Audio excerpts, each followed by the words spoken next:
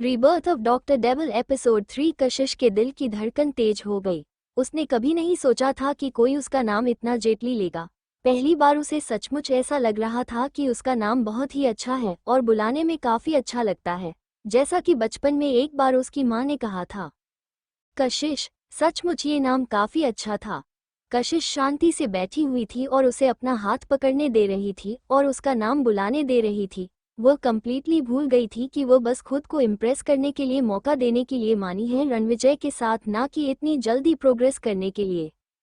मैं आने वाले कुछ दिनों में काफी बिजी रहने वाला हूँ, इसलिए मेक श्योर कि अच्छे से आराम करना और मैं तुम्हें खुद कॉल करूंगा। रणविजय ने उसका हाथ टाकली पड़ा हुआ था और उसकी आवाज में साफ नजर आ रहा था कि वो उसे जाना नहीं देना चाहता है।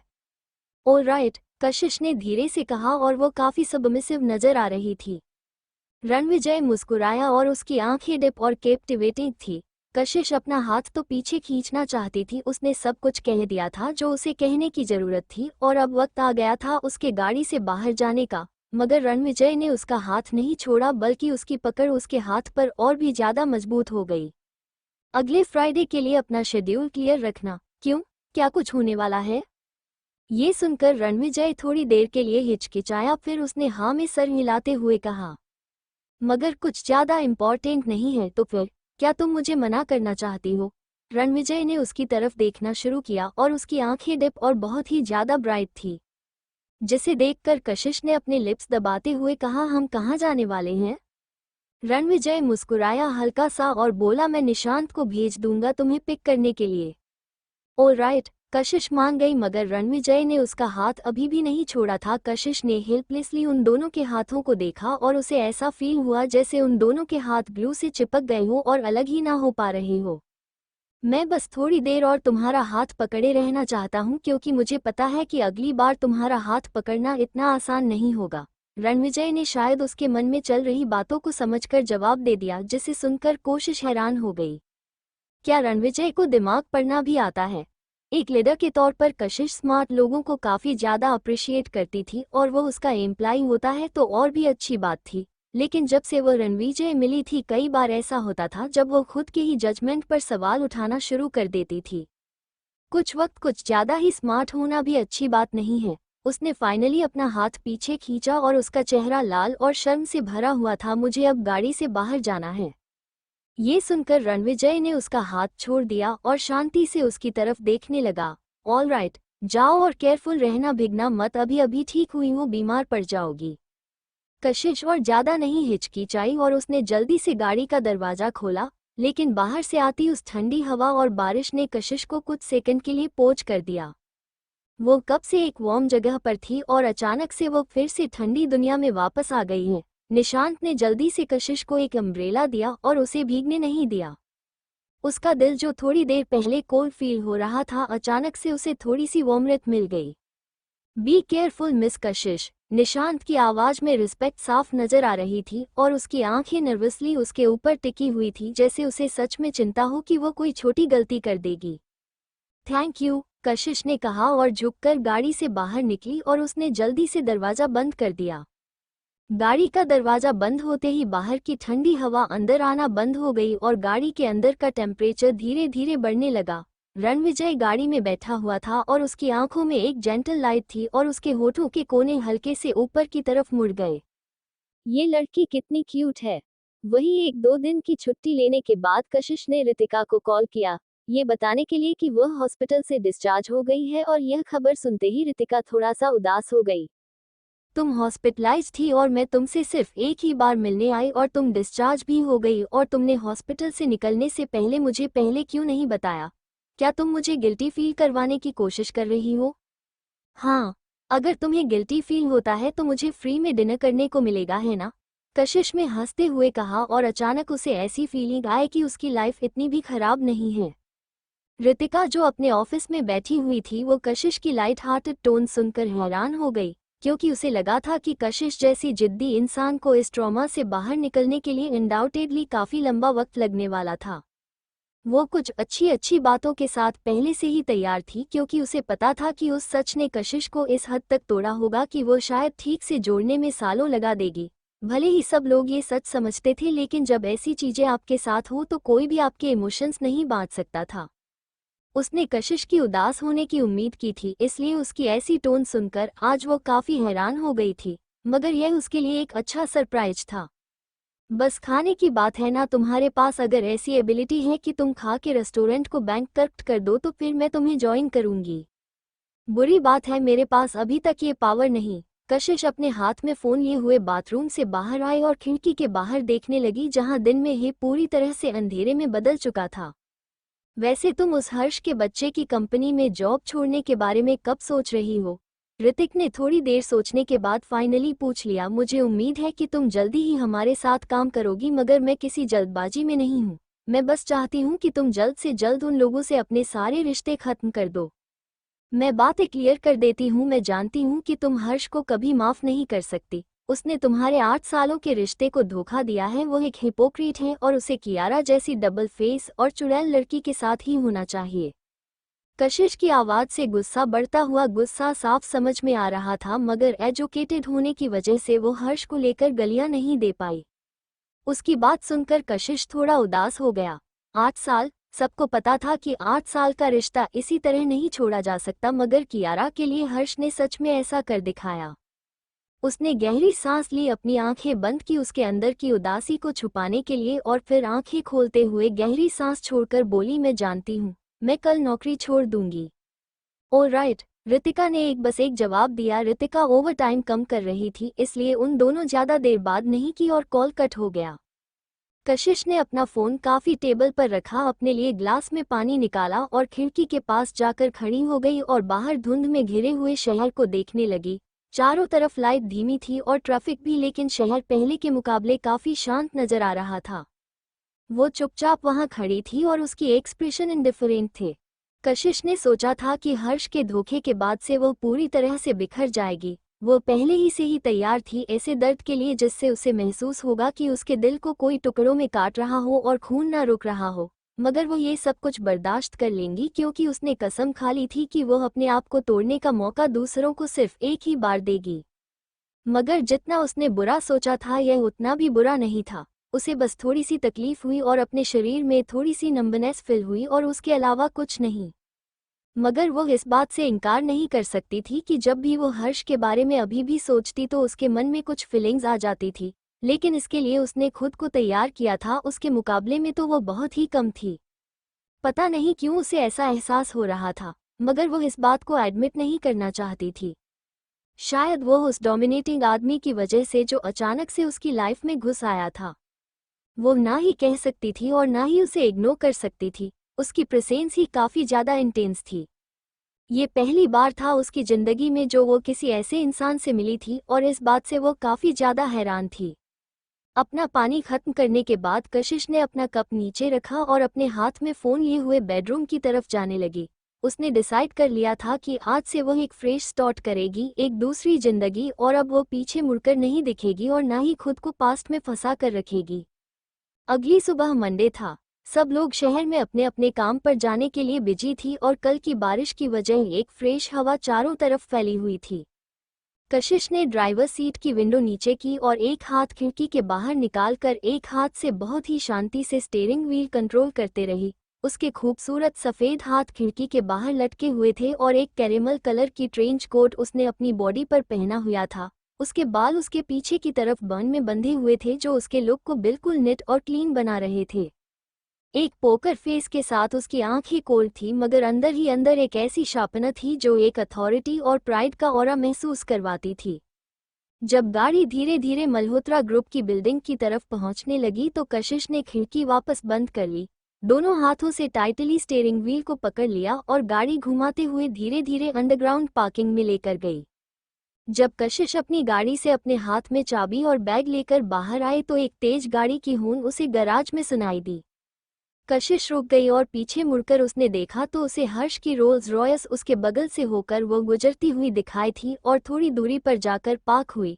फिर उसने देखा कि हर्ष गाड़ी से बाहर आया और जल्दी से जाकर पैसेंजर सीट का दरवाजा खोला और अपना हाथ आगे बढ़ाया तो एक खूबसूरत और पतला सा हाथ उसके हाथ पर आ गया। कियारा गाड़ी से बाहर आई और उसने सनल ड्रेस पहनी हुई थी। उसके ब्राउन बाल उसके आगे की तरफ थे और बहुत ही अच्छे से स्टाइल थे। उसका मेकअप फ्लॉलेस था और वहां खड़े होकर वो हर्ष की तरफ स्वीट स्माइल के साथ देखे जा रही थी। कशिश की आंखें थोड़ी सी फ्लिकर हुई मगर बिना रुके वह मुड़ी और एलिवेटर की तरफ जाने लगी। कशिश, उसने सिर्फ कुछ ही कदम लिए थे जब हर्ष ने अचानक से उसका नाम लिया। मगर कशिश रुकी नहीं, वो एलिवेटर के पास चली गई और उसने बटन दबा दिया।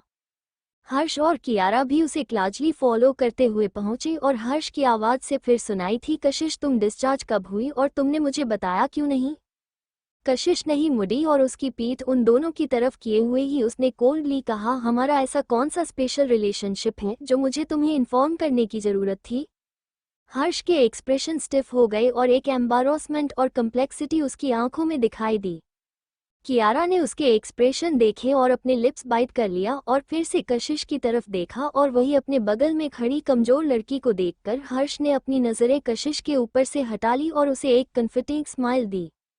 कियारा एक राहत की सांस ली और हर्ष की नज़रों को फॉलो करते हुए उसने कशिश को दूर जाते हुए देखा और सॉफ्टली कहा, कशिश तुम तैर नहीं सकती और पानी में इतने लंबे वक्त थी, तुम्हें इतनी जल्दी डिस्चार्ज नहीं होना चाहिए था।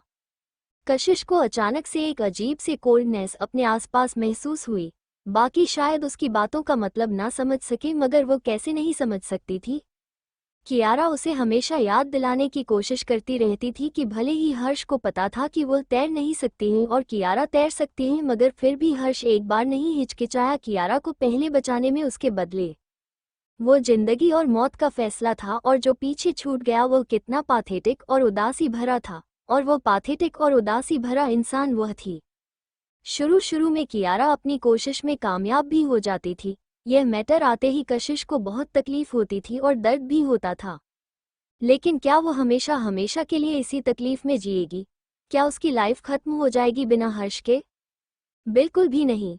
कशिश ने एक शब्द भी नहीं कहा, वो चुपचाप वही खड़ी रही और उसकी पीठ कियारा की तरफ थी और कंप्लीटली उसे इग्नोर कर रही थी। यही तो कशिश की असली पर्सनैलिटी थी। कुछ बार वो कुछ भी नहीं कहती थी मगर उसकी प्रेजेंस ही तुम्हें प्रेशराइज फील करवाने के लिए काफ़ी होती थी। वही उसके एटीट्यूड को देखकर और उसे खुद को इग्नोर करता हुआ देखकर कियारा ने सीक्रेटली अपने दांत पीस लिए, मगर हर्ष वही था इसलिए वो कुछ बोल नहीं सकती थी। थोड़ी देर में एलिवेटर आ गई तो कशिश अपना बैग लिए हुए अंदर चली गई और हर्ष और कियारा भी उसे फॉलो करते हुए एलिवेटर के अंदर आ गए। कशिश ने अपना हाथ आगे बढ़ाया और 21st फ्लोर का बटन प्रेस कर दिया जहां पर रिसर्च और डेवलपमेंट डिपार्टमेंट लोकेटेड था, और जहां तक बात रही उसके पीछे खड़े दो लोगों की, उसने पूछा भी नहीं क्योंकि यह उसका काम नहीं था। उसने हर्ष को अपने सामने देखते ही प्लान किया कि वो रेजिग्नेशन उसे यहीं पर देकर सारा मामला खत्म कर देगी, लेकिन कियारा को देखते ही वो एक एक्स्ट्रा शब्द भी नहीं बोलना चाहती थी क्योंकि कियारा को खुद को बड़ा दिखाकर लाइमलाइट लेने का बहुत ही शौक था। अगर उसने इस वक्त रेजिग्नेशन हर्ष को दिया तो कियारा पक्का मौके का फायदा उठाएगी शो ऑफ करने के लिए, तो वो किसी को क्यों मौका दे खुद को इनकंफर्टेबल फील करवाने के लिए। कियारा ने नोटिस किया कि कशिश ने सिर्फ अपना फ्लो ही दबाया है तो उसे बहुत गुस्सा आया, मगर फिर उसके चेहरे पर एक डेविल स्माइल आ गई। वो कशिश के पास गई और उसने सबसे हाईएस्ट फ्लो 36 फ्लो का बटन दबा दिया और फिर कशिश की तरफ एक मुस्कुराहट के साथ देखी और उसकी आंखों में एक प्रोवोकेशन नजर आ रहा था। 36th फ्लोर हर्ष का एक्सक्लूसिव एरिया था जहां उसकी परमिशन के बगैर कोई नहीं जा सकता था। कियारा कशिश को दिखाना चाहती थी कि अब वो हर्ष के एक्सक्लूसिव एरिया में बिना किसी परमिशन के जा सकती है। उसे लगा कि कशिश को फर्क पड़ेगा मगर कशिश ने बस उसकी तरफ देखा अपने एक्सप्रेशन लेस चेहरे के साथ, और उसके चेहरे पर एक रिएक्शन का हिंट भी नहीं था। कियारा ने अपने दांत पीस लिए और हर्ष के पास जाकर धीरे से कहा, हर्ष क्या कंपनी में एक्सक्लूसिव इंटरनल मीटिंग नहीं है अब जब कशिश यहाँ है तो? ये सुनते ही हर्ष के एक्सप्रेशन को सेकंड के लिए जम गए कशिश की तरफ देखते हुए, और थोड़ी देर शांत रहने के बाद उसने धीरे से कहा, अब जब वो यहाँ है तो उसे ज्वाइन करने दो। एलिवेटर ऊपर की तरफ जाता रहा और हर्ष अपनी बात खत्म कर पाता उससे पहले ही 21st फ्लोर आ गया और कशिश बिना किसी हिचकिचाहट के बाहर निकल गई। कशिश की इंडिफरेंस कियारा के लिए सफोकेटिंग थी, जैसे उसकी बातें रूई पर वापस जाकर लग रही हूँ और दूसरी तरफ से कोई रिस्पांस नहीं आ रहा था। कशिश को वहां से जाते हुए देखकर हर्ष अचानक कुछ समझ गया। कशिश उसे जाने देने के लिए तैयार है। ना ही वो उसे माफ करेगी और ना ही उसे रहने के लिए भीख मांगेगी, बस वो उनके बीच के हर एक चांस को खत्म करने के लिए तैयार है। उसे एक अजीब सा भारीपन महसूस हुआ अपने दिल में, बिल्कुल लास्ट टाइम हॉस्पिटल की तरह, जैसे उसने कंप्लीटली किसी कीमती चीज को खो दिया हो। हर्ष, मैं क्या करूं जिससे कशिश को थोड़ा बेटर फील हो? उसे इस तरह देखकर सचमुच मेरा दिल टूट रहा है। कियारा की धीमी आवाज साइड से सुनाई थी। उसकी आवाज कांप रही थी और वो थोड़ी स्ट्रांग और हेल्पलेस दोनों नजर आ रही थी, जिसकी वजह से हर्ष को थोड़ी सिंपैथी हुई। उसने कियारा को गले लगाया लिया और उसकी चिन अपनी उंगलियों से उठाते हुए उसके आंसू पोंछे।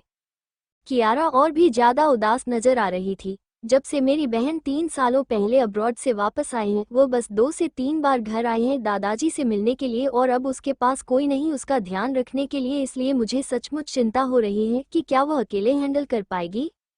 कियारा के कंसीडर्ड बिहेवियर की वजह से हर्ष उसकी तरफ और भी अट्रैक्ट हो गया, और उसकी बात तो उन्हें हर्ष के सॉफ्ट स्पॉट को हिट किया।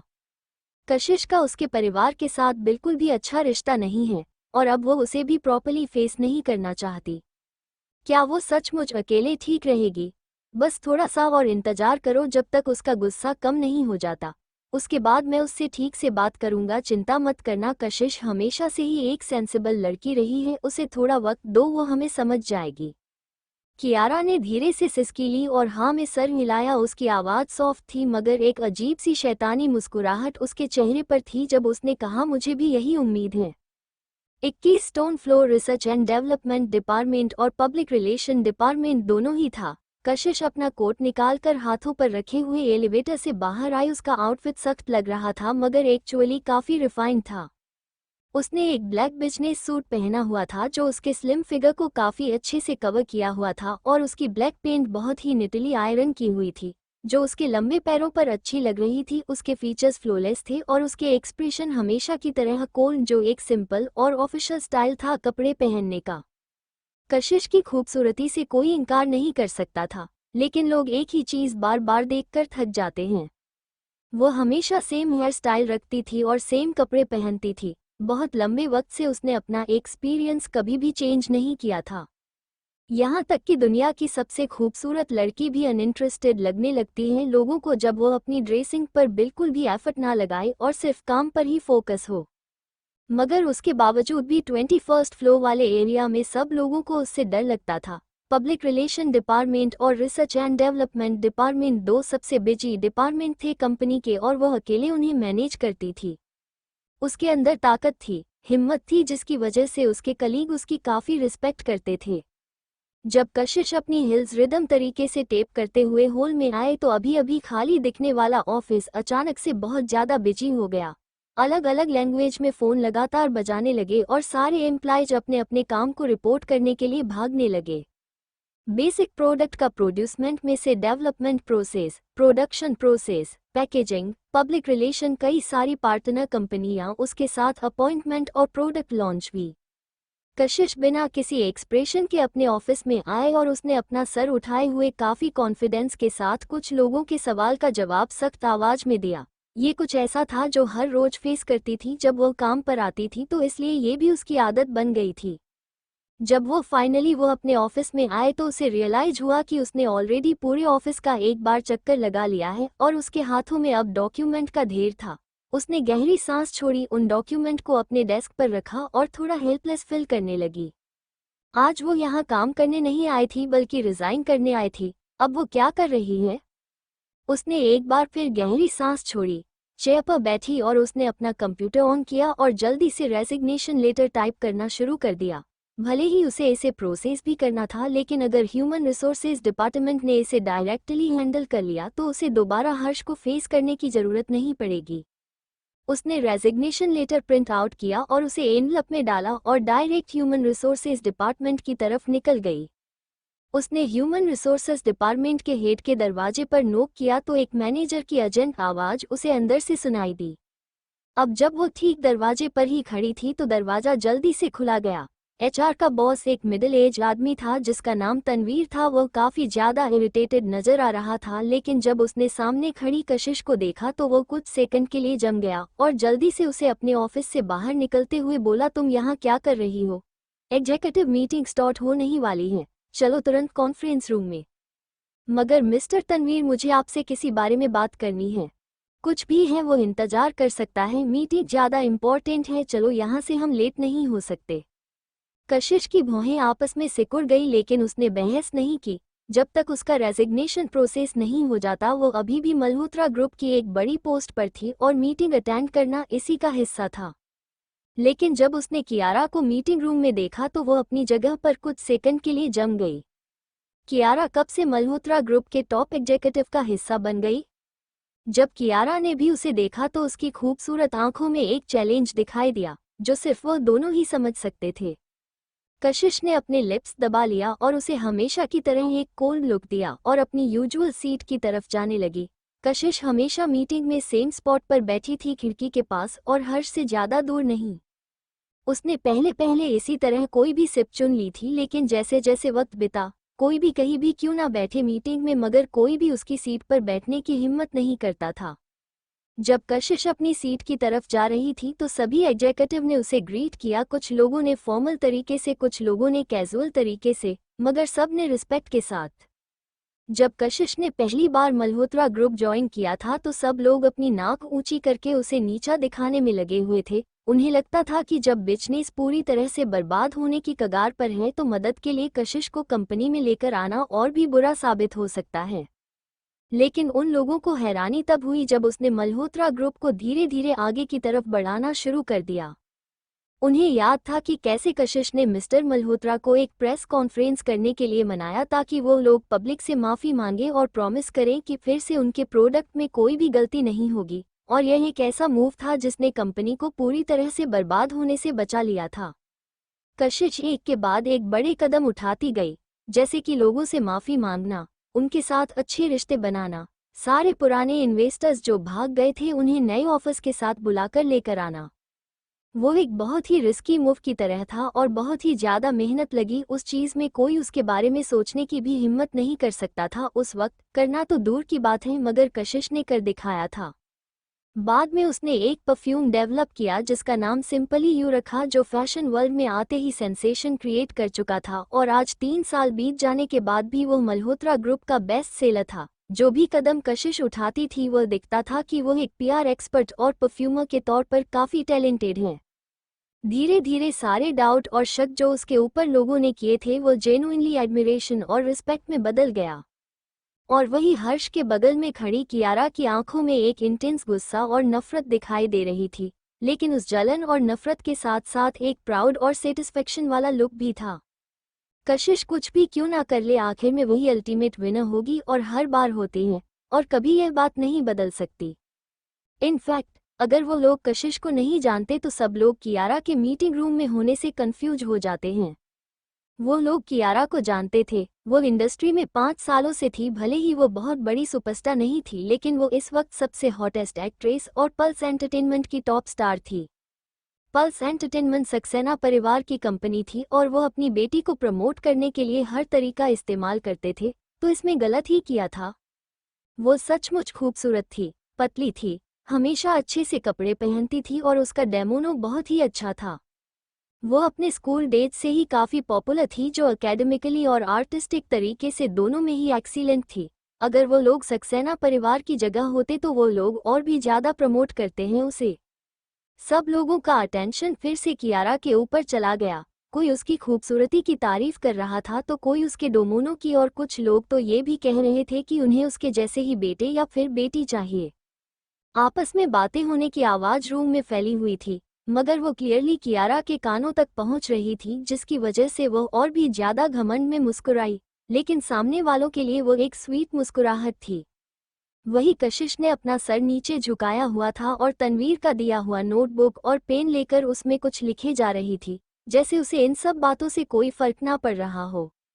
ऑलराइट, टाइम हो गया है, मीटिंग स्टार्ट करते हैं। गौरव, जो हर्ष का असिस्टेंट था, उसने कहा। तो पूरे रूम में शांति फैल गई। हर्ष मेन सीट पर बैठा और हमेशा की तरह उसका चेहरा एक्सप्रेशन लेस था, मगर उसकी नज़र बार बार कशिश की तरफ जा रही थी, जो थोड़ी कॉम्प्लिकेटेड थी। मगर हर्ष ने कुछ नहीं कहा, जिसकी वजह से रूम में फिर बातें होने लगी। सर, गौरव ने जेटली उसे याद दिलाया तो हर्ष अपना सर नीचे किया और कुछ सेकंड के लिए शांत रहा और फिर खड़ा हुआ। सबका ध्यान उसके ऊपर चला गया था, मगर कशिश ने भी इस बार भी उसकी तरफ नहीं देखा। हर्ष ने कियारा की तरफ हिचकिचाते हुए कहा, मैं आप सबको मिस कियारा से इंट्रोड्यूस करवा देता हूँ। आई एम श्योर आप सब इन्हें पहचानते होंगे। सब लोगों ने हाँ में सर हिलाया। ऑफ कोर्स वो लोग जानते थे। एक ब्राउन बाल वाले आदमी ने जल्दी से कहा, वो इस वक्त सबसे हॉट मिल स्टार हैं, इन्हें ना पहचाना मुश्किल होगा। सच, हम तो बस इन्हें स्क्रीन पर ही देखते थे, आमने सामने देखना काफी अच्छी बात है। सो मिस्टर मल्होत्रा, क्या मिस कियारा की प्रेजेंस का मतलब है कि वो हमारी कंपनी के प्रोडक्ट की ब्रांड एम्बेसडर होंगी अब से? ये सुनकर हर्ष के एक्सप्रेशन फाइनली रिलैक्स हुए और वो बोला, आप लोग गलत अंदाजा नहीं लग रहे हैं, मगर इस बार वो इससे भी बड़ा और इम्पोर्टेंट रोल प्ले करने वाली है कंपनी के लिए। कशिश ने अपना सर उठा कर दिया और फाइनली उसकी कोल्ड नजरें उन दो सामने खड़े लोगों पर गई। उसे हर्ष के कियारा को प्रोडक्ट एंडोर्समेंट का हेड बनाने के फैसले के बारे में कुछ नहीं पता था, मगर यह अनरीजनेबल भी नहीं था। कियारा बहुत ही पॉपुलर थी और उसे प्रमोट करने के लिए पल्स एंटरटेनमेंट ने बहुत अच्छा काम किया था। उसे ब्रांड एम्बेसडर बनाना सचमुच एक स्मार्ट मूव था, मगर उसे दूसरे रोल को लेकर थोड़ी ज्यादा क्यूरोसिटी थी। हर्ष ने थोड़ी देर सोचा और फिर हाँ में सर हिलाते हुए कहा, मैं आज यहाँ मिस कियारा को लीड परफ्यूमर मल्होत्रा ग्रुप की और रिसर्च एंड डेवलपमेंट डिपार्टमेंट की डायरेक्टर बनाने का फैसला ले चुका हूँ और मेरे अलावा उन्हें किसी और को जवाब नहीं देना होगा अपने किसी भी काम के लिए। जैसे ही हर्ष ने अपनी बात खत्म की, मीटिंग रूम में एक अजीब सी शांति फैल गई। ऐसा लगा रहा था जैसे वहां पर बैठे हुए किसी भी इंसान को हर्ष की बातों का मतलब नहीं समझ में आया हो। वही सब लोग ये सोच रहे थे कि कहीं हर्ष ने कुछ गलत तो नहीं कहा दिया। Research and development department team के डायरेक्टर होने का मतलब था कि उसे किसी को भी रिपोर्ट नहीं करना पड़ेगा, राइट? कौन है ऐसा कंपनी में जो रिसर्च और डेवलपमेंट टीम से पंगा लेने की कोशिश करेगा? हर्ष की बातों का एग्जैक्ट मतलब क्या है? थोड़ी देर बाद सब लोगों ने एक दूसरे की तरफ देखा और आखिर में उनकी नजरें कशिश के ऊपर चली गई। जवाब बिल्कुल क्लियर था। वही सारी बातें सुनने के बाद कशिश के चेहरे पर एक सेकंड के लिए हैरानी आई, मगर फिर उसका चेहरा हमेशा की तरह शांत हो गया और एक डेविल स्माइल उसके होठों पर आ गई। उसके ब्यूटीफुल चेहरे पर एक छोटा सा मूवमेंट हुआ जो सार्केज्म का हिंट था। रिसर्च एंड डेवलपमेंट टीम का डायरेक्टर कौन है? कशिश। कौन मल्होत्रा ग्रुप की लीड परफ्यूमर है? कशिश। तो मल्होत्रा की बातों के पीछे का मतलब अनडाउटेडली कशिश के ऊपर ही है। ये मिस्टर मल्होत्रा, आप मजाक नहीं कर रहे हैं, राइट? कशिश की एबिलिटी और स्ट्रेंथ सबको नजर आती है और इतने सालों में वही रिसर्च एंड डेवलपमेंट टीम को मैनेज कर रही है और कोई भी इस काम को उनसे बेहतर नहीं कर सकता है। ये बात हम सब जानते हैं। हाँ, इस बारे में ज्यादा सोचने की जरूरत नहीं है। अगर मिस कियारा हमारी प्रोडक्ट की ब्रांड एम्बेसडर बनती है तो उसमें कोई प्रॉब्लम नहीं है, मगर वो रिसर्च एंड डेवलपमेंट डिपार्टमेंट की डायरेक्टर और लीड परफ्यूमर होगी, यह कैसे कन्विंसिंग हो सकता है? इस पॉइंट पर तनवीर, जो ह्यूमन रिसोर्सेज डिपार्टमेंट का मैनेजर था और कशिश के साथ अंदर आया था, उसने भी कहा, हाँ मिस्टर मल्होत्रा, यह अनफेयर है। कंपनी में कई सारे आउटस्टैंडिंग एम्प्लॉयज हैं जो कंपनी में प्रमोशन के मौके का इंतजार कर रहे हैं और आप मिस कियारा को डायरेक्टली कंपनी के सबसे इम्पोर्टेंट 2 पोजीशन सौंपने की बात कर रहे हैं। वो एक्टिंग और एंटरटेनमेंट सर्कल में ही काफ़ी बिजी है, उनके पास कंपनी के मामले संभालने की एनर्जी कहाँ से आएगी? हर कोई मिस कशिश नहीं हो सकता। तनवीर के आखिरी सेंटेंस में अनइंटेंशनली एक गुस्सा और घिन आ गई थी, जिससे साफ समझ में आ रहा था कि वो कशिश को काफ़ी मानता है। उसने अपनी बात एक बार खत्म कर ली तो रूम में बैठे सब लोगों ने हर्ष के फैसले के खिलाफ उसका सपोर्ट किया। रूम में इस बात पर ज्यादा बहसबाजी होने लगी और कियारा मीटिंग रूम में बैठे सभी लोगों को अपने लिप्स बाइट किए हुए देखे जा रही थी और उसके खूबसूरत चेहरे पर एक उदासी थी। हर्ष, उसने हर्ष की तरफ देखा और उसकी उदासी और हेल्पलेसनेस वाले एक्सप्रेशन देखकर हर्ष की भौहें आपस में सिकुड़ गई और गुस्सा उसके हैंडसम चेहरे पर साफ नजर आने लगा और उसने कहा, मैंने फैसला किसी कारण से लिया है। मगर मिस्टर मल्होत्रा, क्या हम कारण जानना डिजर्व नहीं करते? कोई ऐसी ही कैसे बिना किसी कारण के कंपनी में इतनी बड़ी पोजीशन हासिल कर सकता है? हमें बस इतना पता है कि वो अलग फील्ड में एक स्टार है, मगर और हम कुछ नहीं जानते हैं। आप क्यों उम्मीद करें कि हम उन पर भरोसा करें और उनके साथ काम करें? किसी और ने फिर ऑब्जेक्शन उठाते हुए कहा। ऑलमोस्ट हर एक इंसान वहां पर कशिश को सपोर्ट कर रहा था। हर्ष ने अपने लिप्स टाइट कर लिया और ऑब्वियसली वो अपना गुस्सा कंट्रोल कर रहा था। इस पॉइंट पर अनन्या, जो सालों से कशिश के साथ काम कर रही थी और रिसर्च एंड डेवलपमेंट डिपार्टमेंट की डिप्टी डायरेक्टर थी और मल्होत्रा कॉस्मेटिक की इंजीनियर में से भी एक, उसने बहुत ही शांति से कहा, मैंने भी पिछले साल के फ्रेग्रेंस फैंसी इंटरनेशनल कॉन्टेक्ट में हिस्सा लिया था और मैं मिस कियारा से वही मिली थी। मुझे याद है कि जज ने उन्हें मिस कियारा रोज कहा था। ये सुनकर कियारा ने एक एम्बेरेस स्माइल के साथ कहा, वो एक छोटी सी आइडेंटिटी है, उसके बारे में बात मत कीजिए। मैं तो 4th प्लेस पर आई थी, उस बारे में बात करना ही एम्बेरेसिंग है। कशिश, जो चुपचाप को कब से सब कुछ सुन रही थी, उसकी आंखों में चमक आ गई। वहीं दूसरी तरफ रावत ग्रुप के 35th फ्लोर पर सेओ ऑफिस में निशांत ने रीसेंट काम के फ्लोर रणविजय का आकर बताएं, जो अपनी डेस्क के पीछे बैठा हुआ था। वो सीधा खड़ा था और उसने थोड़ी देर सोचकर कहा, बॉस मिस कशिश आज मल्होत्रा ग्रुप में अपनी नौकरी छोड़ने वाली हैं। क्या मैं किसी को भेजूं उनका ध्यान रखने के लिए? रणविजय के जो हाथ पेपर्स पलट रहे थे वह रुक गए और उसने ऊपर देखा। उसकी डिप काली आंखों में एक नोबिलिटी और एलिगेंस साफ नजर आ रहा था। उसने कुछ सेकंड सोचा और उसके बाद धीरे से कहा, कोई जरूरत नहीं है, वो सब कुछ अपने आप हैंडल कर लेगी। वो इतना कहकर पॉज हुआ और उसने वो डॉक्यूमेंट उठाया जो निशांत ने अभी अभी दिया था और वो शांति से आगे बोला, तुम चिंता मत करो, वो बहुत स्ट्रॉन्ग है। निशांत रुका। उसके बॉस ने उसकी चिंता कैसे देख ली? वह तो बस यही सोच रहा था कि उसके बॉस को मिस कशिश पसंद है और उसका सेक्रेटरी होने के नाते ऑफ कोर्स उसे उनका ख्याल रखना होगा, क्योंकि अगर बॉस खुश है तो वह भी रिलीफ फील कर सकता है। लेकिन अचानक से इस तरह रणविजय के बात करने से काफी कंफर्ट मिला उसे और यह काफी रेयर बात थी। लेकिन अब जब बॉस ने कहा दिया है तो वह मिस कशिश को परेशान नहीं करेगा। बॉस, मीटिंग 10 मिनट में शुरू होने वाली है। All right. वही मल्होत्रा ग्रुप में अचानक से शांति फैल गई। कियारा रोज है। वो लोग ये नाम रोज बहुत अच्छे से जानते थे। फ्रेग्रेंस फ्रेंच की इंटरनेशनल कॉन्टेस्ट 2 साल पहले फ्रांस में हुआ था और फैशन वर्ल्ड में सबके लिए हॉट टॉपिक था। 2 साल पहले रोज ने इस कॉन्टेस्ट में पार्टिसिपेट किया था और पिछले कुछ सालों में पहली बार ऐसा हुआ था जब कोई इंडियन इतनी एक्सीलेंट अचीवमेंट के साथ वापस लौटा था। 4th प्लेस हासिल करके भले ही वो टॉप 3 में नहीं पहुंच पाई थी और उसे इंटरनेशनल स्टेज पर खड़े होने का मौका नहीं मिला था, मगर वो इकलौती ऐसी इंडियन थी जिसने रिसेंट सालों में इंटरनेशनल कंपटीशन में ऐसी अचीवमेंट हासिल की थी। उनके देश में कोई भी उसके फेम को कम नहीं कर पाया था। भले ही अफवाहें थी कि फ्रेग्रेंस फ्रेंच इंटरनेशनल कॉन्टेक्ट की चैंपियन, जिनका निकनेम स्टार था, वो भी इंडियन ही थी, मगर स्टार बहुत ही ज्यादा मिस्टीरियस थी और उन्होंने काफी लोग प्रोफाइल रखी थी, इसलिए किसी को नहीं पता था कि वो अफवाहें सच है या नहीं।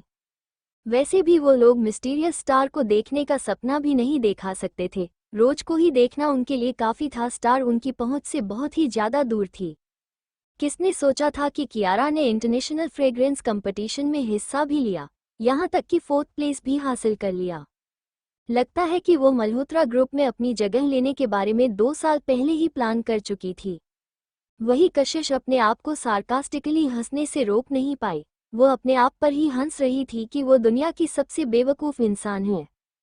2 साल पहले या फिर शायद उससे भी पहले हर्ष ने ऑलरेडी से धोखा दे दिया था और वो बेवकूफ़ों की तरह बिना कुछ जाने समझे उसकी मदद कर रही थी।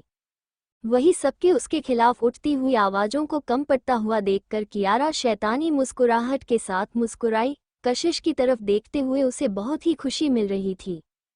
उसने पहले भी कहा था कि कशिश हमेशा उसके सामने हार जाएगी और अब कियारा का मल्होत्रा ग्रुप ज्वाइन इन करना ऑलमोस्ट पक्का हो गया था। कशिश बस मुस्कुराई और सरकाज़्म उसकी आंखों में बढ़ने लगा। अनन्या कशिश के साथ हमेशा से ही डिसैटिस्फाई रही थी। उसे इतने सालों तक पीछे छोड़ा गया और दबाया गया, अब जब उसके पास यह मौका था तो वह इसे इसी तरह जाने नहीं देगी। भले ही कशिश की पोजीशन और आइडेंटिटी लीड डिजाइनर के तौर पर अब खत्म होने वाली थी, मगर फिर भी वह खुश नहीं थी। कशिश के अभी भी शांत चेहरे को देखकर एक खतरनाक चमक उसकी आंखों में आई और उसने आगे कहा, 6 साल पहले इंटरनेशनल डिजाइनिंग चैलेंज जो हमारे देश में हुआ था, उसमें हमारी मिस कशिश सक्सेना चोरी के एग्जाम में डिस्क्वालीफाई हो गई थी और यहाँ तक कि कॉलेज से उन्हें एक्सपेल भी कर दिया गया था, राइट? अनन्या ने जैसे ही बात खत्म की, कशिश का चेहरा अचानक से सफ़ेद पड़ गया। उसकी हाथों की मुट्ठी टाइटली बन गई। डिज़ाइन की चोरी, स्टूडेंट स्टेटस से उसे एक्सपेल करना, उसकी लाइफ ऑलमोस्ट उस वक्त बर्बाद हो गई थी। वही कशिश के बिगड़ते हुए एक्सप्रेशन देखकर अनन्या काफी खुश हो गई और उसने बिना किसी दया के एक कशिश के पुराने जख्मों को कुरेदते हुए कहा, मैंने यहाँ तक सुनाया है कि उसने मिस कियारा का फ्रेग्रेंस फॉर्मूला भी चुरा लिया था क्योंकि वो लोग एक साथ रहते थे। Shut up! अचानक से हर्ष चिल्लाया, जिससे अनन्या की बात बीच में ही रुक गई। अनन्या का चेहरा बदल गया और उसने अपने लिप्स टाइटली बंद कर लिए। उसने अपना सर दूसरी तरफ घुमा लिया और आगे बोलना बंद कर दिया। वैसे भी जो उसे बोलना था वह तो वह बोल चुकी है और वही कशिश के बिगड़ते हुए एक्सप्रेशन देखकर उसे काफी खुशी मिल रही थी। हर्ष! कियारा, जो हर्ष के इस तरह अचानक चिल्लाने से हैरान हो गई थी, उसने सॉफ्टली उसका नाम लिया, मगर उसके चेहरे पर साफ सहमति साफ नजर आ रही थी। वो ऐसी बातें कैसे बोल सकती है? हर्ष ने कियारा की बात को कोई जवाब नहीं दिया बल्कि दूर बैठी कशिश को देखा। कुछ देर की शांति के बाद उसने अपनी डिप आवाज में कहा, कशिश, तुम रिसर्च एंड डेवलपमेंट डिपार्टमेंट और पब्लिक रिलेशन डिपार्टमेंट अकेले ही संभालती हो, जो बहुत ही मुश्किल काम है। अब जब कियारा ने ज्वाइन कर लिया है तो वह बस तुम्हारा कुछ वर्कलोड शेयर करेगी और तुम ही पब्लिक रिलेशन डिपार्टमेंट की इकलौती रिस्पॉन्सिबल होगी। क्योंकि कियारा ने अभी अभी ज्वाइन किया है तो शायद उसे सब कुछ समझने में प्रॉब्लम होगी और उसके बाद वो most of the time company में नहीं होगी क्योंकि उसका मेन फोकस अभी भी एंटरटेनमेंट इंडस्ट्री में काम करना है। इसीलिए तुम्हें ही उसकी फ्यूचर में बहुत मदद करनी होगी। भले ही तुम्हारी पोजीशन से तुम्हें हटाया जा रहा, मगर तुम फिर भी। हाँ हाँ। अचानक कशिश बहुत लाउड और सार्कास्टिकली हंसने लगी तो सब लोग कॉन्फ्रेंस रूम में उसकी तरफ देखने लगे। कशिश के कोल्ड चेहरे पर मजाक उड़ाने वाली मुस्कुराहट थी और उसने हर्ष की तरफ देखते हुए कहा, हर्ष, मेरी पोजीशन से मुझे हटाने का क्या कारण है? क्या कियारा रोज है इसलिए, या फिर सालों पहले का वो डिजाइन चोरी वाला इंसिडेंट? ये सुनकर हर्ष की भौहें आपस में सिकुड़ गई और वो एक उदास एक्सप्रेशन के साथ कशिश की तरफ देखने लगा, मगर कुछ बोला नहीं। कुछ ना बोलने का क्या मतलब था? शायद वो दोनों ही रीजन काउंट किए जाएंगे। वो बहुत लंबे वक्त से जानती थी कि हर्ष ने कभी उस पर भरोसा नहीं किया। अचानक से कशिश फिर हंसने लगी और अपनी नोटबुक बंद करते हुए वो खड़ी हुई और उसने अपने दोनों हाथ टेबल पर रखे। तुमने बिना किसी कारण के मेरी पोजीशन मुझसे छीन ली और यह भी चाहते हो कि मैं इसकी मदद करूं और इसका ध्यान रखूं रिसर्च और डेवलपमेंट डिपार्टमेंट को संभालने में। क्या यह मेरे लिए बस प्रॉब्लम नहीं है? तुम्हारे पास ये क्वालिफिकेशन है कि तुम मुझसे ये कहो कि मैं अपना वर्कलोड शेयर करूं? हर्ष, तुम ये बात मुझसे बोल भी कैसे सकते हो? कशिश की बातें खत्म होते ही कॉन्फ्रेंस रूम में सब लोग आपस में बातें करने लगे। किसी ने उम्मीद नहीं की थी कि कशिश, जो हमेशा से ही वो बहुत एप्रोप्रिएट तरीके से बिहेव करती है, वो ऐसी बातें बोलेगी। और उसके अलावा उसने यह बात मिस्टर मल्होत्रा से कही थी और वह भी कंपनी के सारे टॉप एग्जीक्यूटिव के सामने, जिसकी वजह से वो काफी ऑकवर्ड पोजीशन में था। जिसका रिजल्ट ये हुआ कि हर्ष का चेहरा कंप्लीटली डार्क हो गया। उसने कभी उम्मीद नहीं की थी कि कशिश इतनी इम्पोलाइट होगी और उसे इतनी सारे कंपनी एग्जीक्यूटिव के सामने एम्बेरस करेगी। कशिश, तुम बहुत ही स्मार्ट रही हो हमेशा से। तुम्हें पता होना चाहिए कि कियारा का वह नाम रोज कितना बड़ा है, भले ही कोई छोटी पोजीशन हुई मल्होत्रा ग्रुप में। कशिश ने हर्ष को उसका सेंटेंस खत्म नहीं कियाने दिया और अपना हाथ वेव करते हुए उसे बीच में ही रोक दिया। कशिश ने बीच सेंटेंस में ही हर्ष की बात रोक दी और उसे खत्म करने का मौका ही नहीं दिया। तुम्हारा जो मन करे वो फैसला लो, मैं बीच में बोलने का हक नहीं रखती और ना ही मुझे बीच में बोलना है। वैसे भी मेरा यहाँ रहने का कोई प्लान नहीं था। कशिश ने अपनी बात खत्म की और अपना रेजिग्नेशन, जो उसने ह्यूमन रिसोर्सेज डिपार्टमेंट के मैनेजर को नहीं दिया था, टेबल पर पड़ी नोटबुक से निकाला और हर्ष के सामने फेंक दिया। रिसर्च एंड डेवलपमेंट डिपार्टमेंट के साथ साथ पब्लिक रिलेशन डिपार्टमेंट के लिए भी किसी और को ढूंढ लो, मैं जा रही हूँ। मिस सक्सेना। जैसे ही कशिश की बात खत्म की, मीटिंग रूम में बैठे हुए सारे एग्जीक्यूटिव डिस्कस करने लगे। वो लोग सब शौक थे और कशिश को रोकने के लिए तुरंत मनाने की कोशिश करने लगे। वर्क एक्सपीरियंस और एबिलिटी ही ज़्यादा इम्पॉर्टेंट होती है और वो लोग कशिश के सालों के काम को अपनी आंखों के सामने देखते आए थे। उनके पास वक्त नहीं था पास्ट के बारे में सोचने का, वो बस किसी कैपेबल इंसान को कंपनी में रखना चाहते थे। मिस सक्सेना, प्लीज एक बार ठीक से सोच लीजिए। मिस सक्सेना, आप मल्होत्रा ग्रुप में इतने सालों से काम कर रही हैं और हर एक चीज मैनेज कर रही हैं। अचानक से अगर आप रिजाइन कर देगी तो अगर आपको कियारा की कंपनी ज्वाइन करने से प्रॉब्लम है तो हम बोर्ड ऑफ डायरेक्टर्स से यह बात रिपोर्ट कर सकते हैं और वो आपकी मदद करेंगे, मगर आप मल्होत्रा ग्रुप छोड़कर नहीं जा सकती। हर्ष ने रेजिग्नेशन लेटर को देखा जो कशिश ने फेंका था और अचानक अनईजी फील करने लगा, और अगर सही से कहा जाए तो पैनिक फील करने लगा। जब उसे रियलाइज हुआ कि उसके हाथ कांप रहे और उसके अंदर ताकत नहीं है तो उसने अपनी मुठिया टाइटली बंद कर ली। उसे कशिश की ओबीडियंस और अंडरस्टैंडिंग की आदत थी। वह हमेशा ही उसका ख्याल रखती थी और हमेशा उसे प्रायोरिटी देती थी। लेकिन अब अगर उसने अभी उसे जाने दिया तो कंपनी पक्का बहुत मुश्किलें फेस करेगी। आखिर में हर्ष ने कॉम्प्रोमाइज करने का फैसला किया और बोला, कशिश तुम्हें समझना चाहिए, मेरा फैसला तुम्हारे खिलाफ नहीं था। मुझे नहीं पता कि तुम मेरे खिलाफ थे या नहीं, मगर मुझे पता है कि दूसरे हैं और यह इम्पोर्टेंट नहीं है। इम्पोर्टेंट यह है कि मैं आज यहाँ रिजाइन करने ही आई थी, कशिश ने कहा और अपने हाथ में पकड़ी हुई नोटबुक को बंद करके ह्यूमन रिसोर्सेज डिपार्टमेंट के मैनेजर तनवीर की तरफ फेंका। Best of luck Malhotra group, कशिश ने कोल्डली कहा और फिर अपनी सीट से खड़ी होकर जाने लगी। हर्ष पैनिक हो गया, यहाँ तक कि उसे कशिश के एटीट्यूड से गुस्सा भी आया। वो गुस्से में बोला, कशिश तुम्हें इतना जिद्दी होने की कोई जरूरत नहीं है, तुम्हें पता है कि मैं नहीं चाहता था कि तुम कंपनी छोड़ो।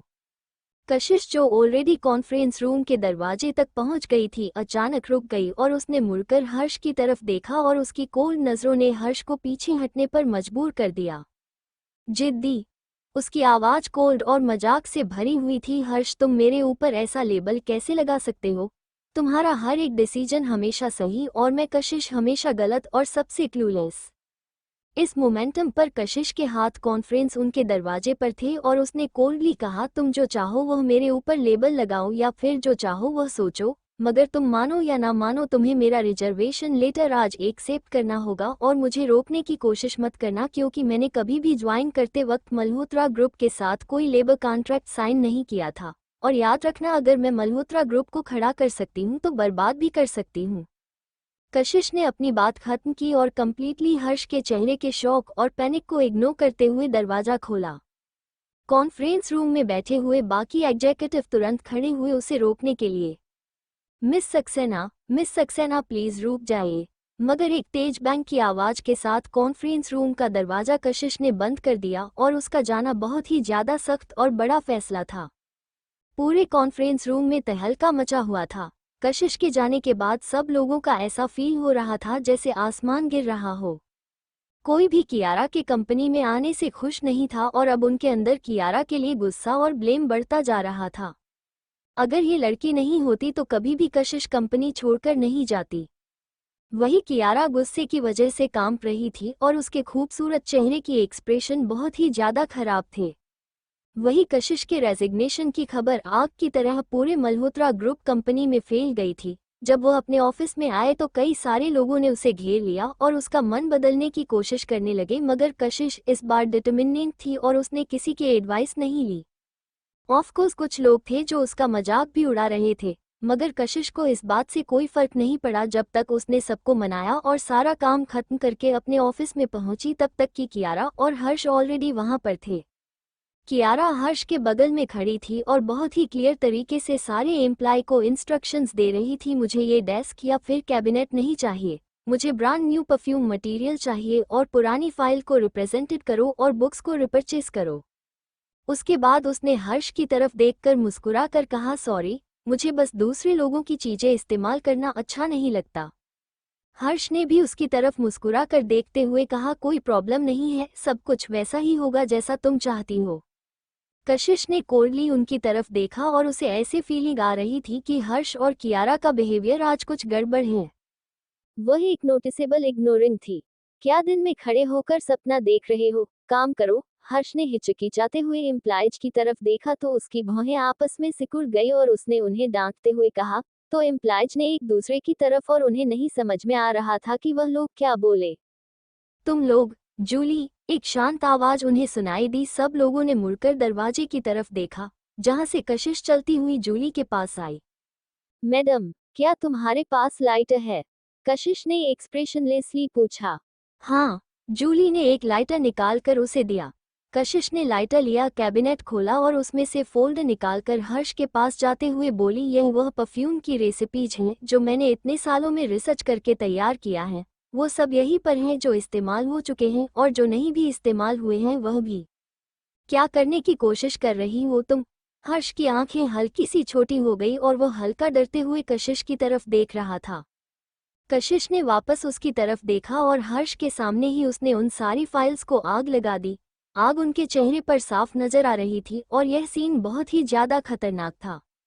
जब वो सारे पेपर्स राख बन गए तो कशिश ने लाइटर वापस जूली को देते हुए कहा, मेरे पास हक है कि मेरी चीजों से कैसे डील करना है, यह मैं डिसाइड कर सकती हूँ ताकि कोई उनके साथ खिलवाड़ ना करे। उसने अपनी बात खत्म की और कोल्डली कियारा की तरफ देखा जिसका चेहरा बिल्कुल भी अच्छा नहीं था, और फिर कशिश जूली की तरफ मुड़ करते हुए बोली, इस ऑफिस में हर एक सामान जो भी है उसे बाहर फेंक दो। मैं नहीं चाहती कि किसी और के छूने से वो गंदा हो जाए। ऑल राइट, जूली हिचकिचाई मगर मान गई। उसके बाद कशिश ने अपना कोट और बैग उठाया और शांति से ऑफिस से निकल गई। हर्ष ने उसे इतना डिटर्मिनेट देखा तो थोड़ी देर सोचा और फिर उसे फॉलो करते हुए बाहर तक आया। वो सीढ़ियों के पास कशिश तक पहुंच गया और उसने उसका हाथ पकड़ लिया। छोड़ो मेरा हाथ। कशिश की भौहें आपस में सिकुड़ गई और उसके एक्सप्रेशन कोल्ड थे, लेकिन छोड़ने की बजाय हर्ष ने अपनी पकड़ उसके हाथ पर मजबूत कर दी और कहा, कशिश क्या हमें सचमुच इतनी बुरी तरीके से अलग होने की जरूरत है? कशिश ने तुरंत अपने हाथ पीछे खींच लिया और कुछ कदम पीछे हट गई और अपने और हर्ष के बीच दूरी बना ली और उसकी आंखों में इंडिफरेंस और मजाक साफ नजर आ रहा था। क्या तुम्हारा मतलब है कि मैं तुम्हारे और कियारा के बीच में इंटरफेयर करूं? इतना कहने के बाद कशिश डायरेक्ट अपने अपार्टमेंट के लिए निकल गई और रास्ते में उसके दिमाग में कई सारे ख्याल चल रहे थे। उसे 6 साल पहले का वो इंसिडेंट याद था जिसका जिक्र अन्याय ने आज किया था। वो उस वक्त बहुत ही ज्यादा बदनाम हुई थी। उसकी आंखें फ्लिकर हुई और वह पास्ट को याद नहीं करना चाहती थी। उसने गहरी सांस ली और गाड़ी की स्पीड तेज करके अपनी ब्लैंक गाड़ी को शहर के सड़कों पर दौड़ने लगी। जैसे ही कशिश अपने अपार्टमेंट में एंटर हुई उसने शावर लिया। उसके दिमाग में ख्याल आया कि वैदेही जी ने बिल्कुल ठीक कहा था। उसे पुराने और घटिया मामलों के बारे में सोचने कोई जरूरत नहीं है। ऐसा कुछ भी नहीं है जो उसकी अटेंशन डिजर्व करता हो, लेकिन उसे अपने पास्ट की रिस्पॉन्सिबिलिटी लेनी होगी। वो पास्ट में जो उसके साथ हुआ वो अब आगे नहीं होने देगी। कुछ ऐसी चीजें थी जिन्हें वो कम्प्लीटली छोड़ नहीं सकती थी और एक दिन वो अपनी इनोसेंस प्रूफ करेगी, और यह भी कि इसके पीछे सचमुच किसका हाथ था। वही वैदेही जी के बारे में सोचती ही अचानक से एक हैंडसम चेहरा उसके दिमाग में घूमने लगा। उसे याद था कि उसने कल क्या कहा था। कशिश ने अपना नाइट गाउन पहना और बाथरूम से बाहर आकर काउच पर बैठ गई और उसने अपना फोन निकाला और चेक किया। अभी भी कोई मैसेज नहीं थे। मैं कुछ दिनों के लिए बिजी रहने वाला हूँ, तुम ठीक से आराम करना, मैं तुम्हें कॉल करूंगा। उसकी आवाज कशिश जैसे शुरू भूल नहीं सकती थी, जो कैप्टिव चार्म से भरी हुई थी। उसने एक्सप्रेशनलेसली अपने होंठ दबा लिए और थोड़ा उदास फील करने लगी। शायद वो कुछ ज्यादा ही बिजी है। तभी अचानक वो अपनी जगह पर जम गई। वो उस आदमी के कॉल का इंतजार क्यों कर रही हैं? उसने हेल्पलेसली अपना सरनामा हिलाया और फोन टेबल पर रखा और खड़ी हो गई। जैसे ही वो खड़ी हुई उसकी नजरें फिर से फोन के ऊपर चली गई और फोन उठाकर वो बेडरूम के अंदर चली गई। वही रावत ग्रुप के 35 फ्लोर के टॉप लेवल पर एक बड़ा सा कॉन्फ्रेंस रूम जो बहुत एक्सक्लूसिव तरीके से डेकोरेटेड था और जहां पर एक लग्जरी एटमॉस्फेयर था, उसमें इस वक्त टेंशन और डर फैला हुआ था। जहां एक तरफ कशिश रणविजय के फोन का इंतजार भी कर रही थी और अपनी फीलिंग्स को इनकार भी कर रही थी, वही रावत ग्रुप के मीटिंग रूम में एक अलग सा ही माहौल फैला हुआ था। सारे एग्जीक्यूटिव इतने टेंस थे कि उनमें जोर से सांस लेने की भी हिम्मत नहीं थी। उनकी पूरी बॉडी सूखे पत्ते की तरह कांप रही थी। उन सब का पूरा अटेंशन उनके सामने रखे हुए डिपार्टमेंट की रिपोर्ट्स पर था। एक छोटा सा इशू भी जो उनकी नजरों से बच गया वो उनके लिए बड़ी प्रॉब्लम क्रिएट कर सकता था। आने वाले शुक्रवार से रावत ग्रुप को उनकी फैमिली के नए हेड यानी सीईओ मिलने वाले थे और वो ऑफिशियली उसी दिन से काम करना शुरू करेंगे, इसलिए सारे डिपार्टमेंट को इस मीटिंग में रिपोर्ट करना था। यह मीटिंग ऑलरेडी 2 घंटा से चल रही थी। सारे बड़े बड़े लोग अपने अपने फैंसी कपड़ों में थे मगर उनके माथे से लगातार पसीना बहे जा रहा था और उनके महंगे कपड़े पसीने की वजह से भीग चुके थे। जो इंसान मेन सीट पर बैठा हुआ था वो इतना यंग था मगर उसकी प्रेजेंस उतनी ही ज्यादा स्ट्रांग थी। एडमिनिस्ट्रेशन डिपार्टमेंट के हेड ने अभी अपनी रिपोर्ट खत्म की थी और अब वहां पर खड़े थे और बेचैनी से प्रेसिडेंट की बात का इंतजार कर रहे थे, या फिर किसी क्वेश्चन का, या फिर किसी पोटेंशियल ओवरसाइट का। ठीक उसी वक्त एक बहुत ही कोल्ड नज़र पूरे रूम में घूमी, जिससे सबको ऐसा लगा जैसे एक पल के लिए वो लोग अपनी जगह पर जम गए हो। लंबे वक्त इंतजार करने के बाद रणविजय अभी भी कुछ नहीं बोला था।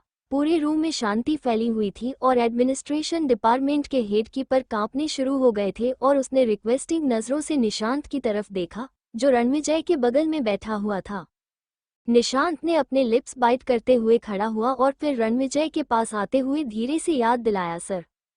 रणविजय ने उसकी तरफ देखा तो निशांत तुरंत शॉक हो गया, क्योंकि यह पहली बार था जब उसने अपने बॉस को खोए हुए देखा था। क्या कुछ बुरा होने वाला है? अपने शोक में ही निशांत ने कहा, सर, मिस्टर शर्मा ने अपनी रिपोर्ट खत्म कर ली है। रणविजय की भौहें आपस में सिकुड़ गई और उसने एडमिनिस्ट्रेशन डिपार्टमेंट की फाइल्स को पलटकर कुछ सेकंड देखा और उसके बाद अपनी डिप आवाज में कहना शुरू किया, हमें असाइनमेंट स्टैंडर्ड को बढ़ाना होगा और कंपनी के एग्जीक्यूटिव एक्सपेंस। मुझे उम्मीद है कि फाइनेंस डिपार्टमेंट एक डिटेल अकाउंट तो प्रेजेंट करेगा एडमिनिस्ट्रेशन डिपार्टमेंट को एनुअल एक्सपेंस के वेरिफिकेशन के लिए। रणविजय ने आगे कुछ नहीं कहा और न ही मिस्टर शर्मा को बैठने के लिए कहा और न ही बाकी डिपार्टमेंट के लोगों को आगे रिपोर्ट पढ़ने के लिए कही। बेचारे मिस्टर शर्मा वहां खड़े थे कांपते हुए और उन्हें नहीं पता था कि क्या करना है। थोड़ी देर बाद रणविजय फाइनली हिला। सबकी नजरें उसी के ऊपर थी। रणविजय ने अपना पतला हाथ हल्का ऊपर उठाया और निशांत को देखकर इशारा किया। रणविजय ने अपना सर हल्का सा टिल्ट किया, मगर उसके हैंडसम चेहरे पर हमेशा की तरह कोल्डनेस और सीरियसनेस थी। उसने निशांत की तरफ देखा और उसकी आंखों में एक अजीब सी मिस्टीरियस लाइट चमक रही थी। यह उसकी ऐसी साइड थी जिसे निशांत बहुत अच्छे से पहचानता था। निशांत तुरंत वहां गया और उसे पूछा, सर, क्या कुछ है जो मैं आपके लिए कर सकता हूँ? रणविजय की आवाज तभी निशांत के कानों में सुनाई दी, कैसा चल रहा है? निशांत हैरान हो गया। उसके बॉस किस बारे में बात कर रहे हैं?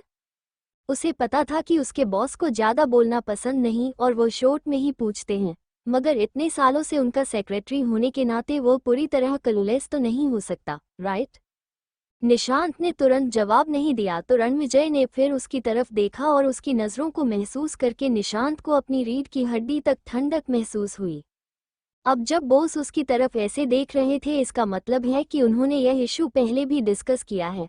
उसने अपना दिमाग चलाना शुरू किया, याद करने के लिए कौन और क्या हो सकता है जिसके बारे में उसके बॉस बात कर रहे हैं।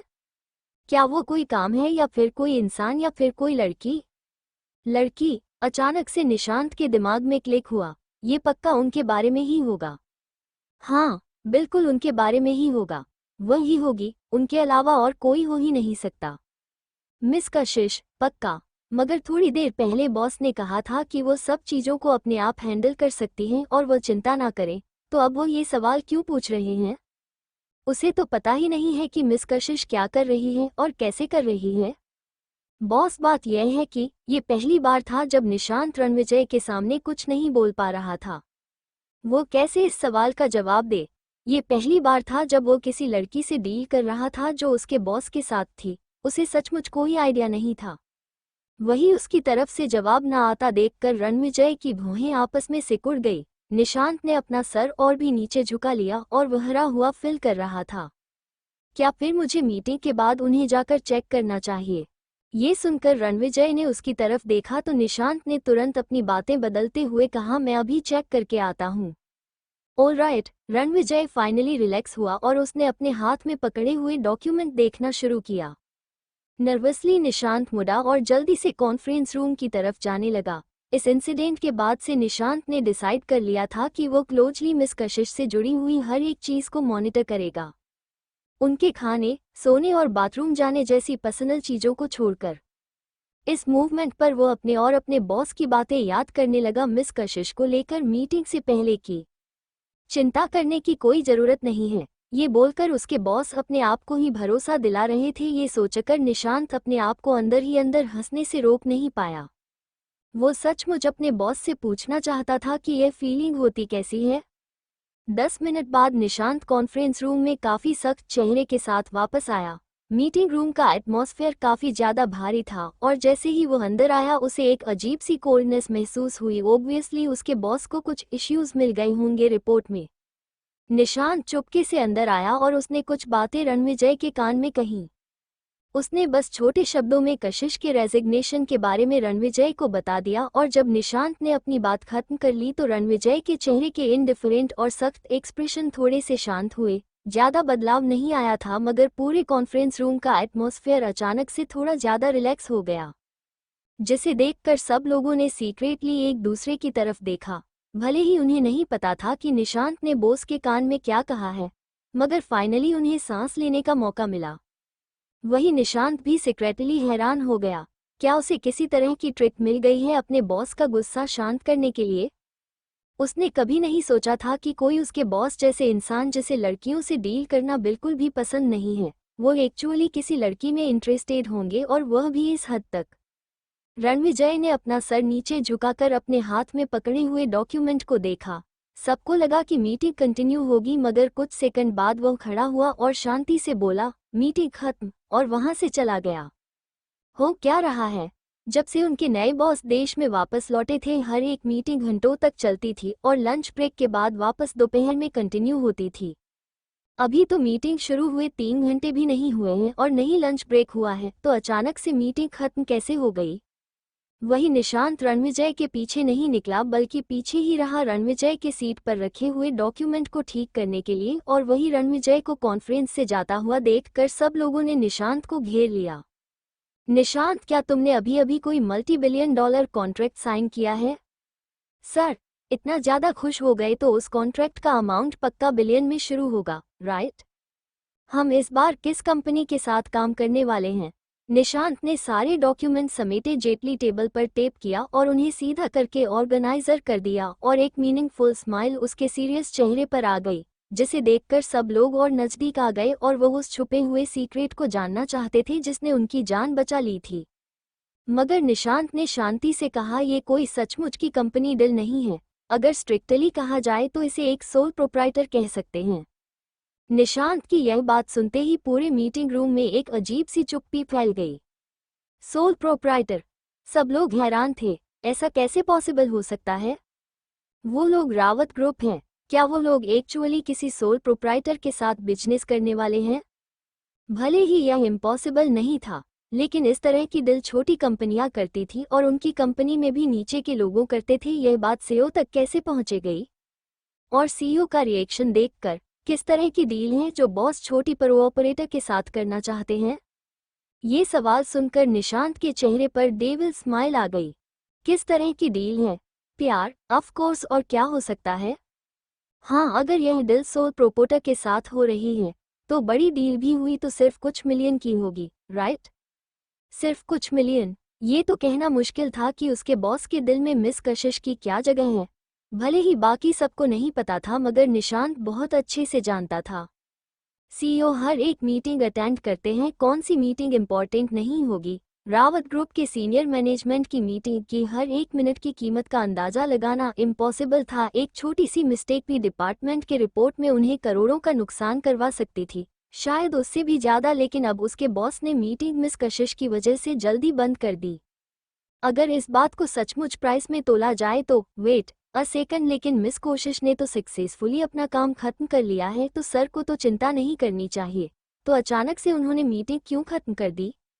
निशांत ने किसी के सवालों का जवाब नहीं दिया, वो बस मुड़ा और कॉन्फ्रेंस रूम से निकल गया। प्रेसिडेंट का ऑफिस एक लो प्रोफाइल मगर एलिगेंट एटमॉस्फेयर से भरा हुआ था। इस मोमेंट पर रणविजय बड़ी सी फ्लो सीलिंग विंडो के सामने खड़ा था और उसका टोल फिगर नेचुरली एक नोबिलिटी वाला ऑरा रखता था। वो सिंपली वहां पर खड़ा था मगर उसका इम्पोजिंग ऑरा दूर तक फैला हुआ था। रणविजय के पास एक ऐसा ऑरा था जिसके कांटेक्ट में आते ही लोग अपने आप उसके सामने सबमिट होने पर मजबूर हो जाते थे। रेसिस्ट करना या फिर क्वेश्चन करना तो दूर की बात है। जब निशांत अंदर आया तो उसने बस अपने बॉस की पीठ की तरफ देखा और उसकी पुरानी सारी गलतफहमियां तुरंत गायब हो गई। रणविजय की पीठ निशांत की तरफ थी, इसलिए निशांत ने रणविजय के हाथ में पकड़े हुए फोन को नहीं देखा। जैसे ही वो गिल्टी फील कर रहा था थोड़ी देर पहले प्रेसिडेंट का मजाक उड़ाने के लिए, तभी रणविजय ने अपना फोन अपने कान पर लगाया। वहीं दूसरी तरफ कशिश फाइनली रिलैक्स हो गई थी। काफी लंबे टाइम तक अपने फोन की तरफ देखने के बाद वो पता नहीं कब सो गई थी। उसके हाई प्रोफेशनल और प्रेशर वाली जॉब की वजह से आराम से सोना उसके लिए एक लग्जरी से कम नहीं था। अब जब वो फाइनली रिलैक्स हो गई है तो उसके दिमाग में शॉपिंग या फिर और किसी चीज का ख्याल नहीं आया, बल्कि बस सोने की इच्छा हो रही थी। जैसे ही वह गहरी नींद में जाने वाली थी, अचानक उसका फोन बजने लगा, जिससे कशिश की नींद तुरंत खुल गई और सीधे बैठते हुए उसने अपने फोन की तरफ देखा। वो एक अनजान नंबर था, मगर उसके लास्ट के 4 डिजिटल थोड़े अलग से थे। कुछ सेकंड तक उस नंबर को देखते हुए उसके दिल की धड़कन बढ़ गई। उसके बाद उसने आंसर बटन दबाया। हेलो। वो भी अभी उठी थी और उसकी आवाज में थोड़ी सी लेजीनेस नजर आ रही थी। वो पूरी तरह से उठी नहीं थी, जिसकी वजह से उसकी आवाज में एक सॉफ्टनेस थी जो स्पेशली जेंटल लग रही थी। रणविजय की आंखें थोड़ी सी छोटी हो गई और अब भौहें आपस में सिकुड़ गई। ऐसी आवाज सचमुच बहुत ही ज्यादा अट्रैक्टिव थी। मैं हूँ। उसकी आवाज थोड़ी कोल्ड थी, मगर उसने जानबूझकर धीमी रखी। उसकी आवाज ऐसी थी जैसे वो दूसरी तरफ वाले इंसान को डरना ना चाहता हो। निशांत, जो अपने आप को ही गालियां दे रहा था कि उसने अपने बॉस को गलत समझा, उसके चेहरे पर मुस्कुराहट आ गई। उसने अपने बॉस को बिल्कुल सही समझा था। निशांत, जो टेबल की दूसरी साइड था, वो अपने आप को मुस्कुराने से रोक नहीं पाया। वो अपने बॉस का मजाक नहीं उड़ाना चाहता था, सचमुच नहीं। बस बात यह है कि बॉस बदल गए हैं, इस हद तक बदल गए हैं कि उन्हें पहचानना भी मुश्किल हो गया है। किसने सोचा था कि जो इंसान थोड़ी देर पहले मीटिंग रूम में लोगों को ऐसे घूर रहा था और जिनकी नज़रें ही लोगों को कांपने के लिए मजबूर करने के लिए काफ़ी थी, वो यहाँ आते ही इतना जेंटल टोन में फ़ोन उठाएंगे। जेंटल? उसके बॉस जैसा कोल्ड हार्टेड इंसान भी जेंटल हो सकता है? अब ये हैरानी भरा नज़ारा वो अपनी आंखों से देख पा रहा था। लेकिन उन बाकी लड़कियों का क्या जो उसके बॉस के पीछे पागल हैं? वही दूसरी तरफ कशिश, जिसने उसकी आवाज़ सुनी, उसे कुछ अजीब नहीं लगा। मैं जानती हूँ। उसने ब्लैंकेट खुद के ऊपर से हटाया, स्लीपर्स पहने और बेड से उठ गई। वो खिड़की के पास जाकर खड़ी हो गई। अब उसके दोनों हाथ उसके सामने थे और वो बाहर के नज़ारे को देख रही थी। उसकी नज़रें अपने आप शहर की सबसे लंबी बिल्डिंग पर चली गई जो उसे दूर से दिखाई दे रही थी। एक इंसान शहर की सबसे ऊंचाई पर खड़ा था, तो वहीं दूसरा इंसान एक शहर के अननोन कोने में, एक यूनिफॉर्म में तो दूसरे अपने नाइट सूट में। दो लोग जिनकी दुनिया बहुत अलग अलग थी, वो अपनी अपनी खिड़कियों के पास खड़े थे और शहर के दूसरे कोने में खड़े इंसान से बात किए जा रहे थे। अभी अभी उठी? हाँ। कशिश पहुंच हो गई इतना जवाब देने के बाद। मैंने सुना कि तुमने आज अपनी जॉब छोड़ दी।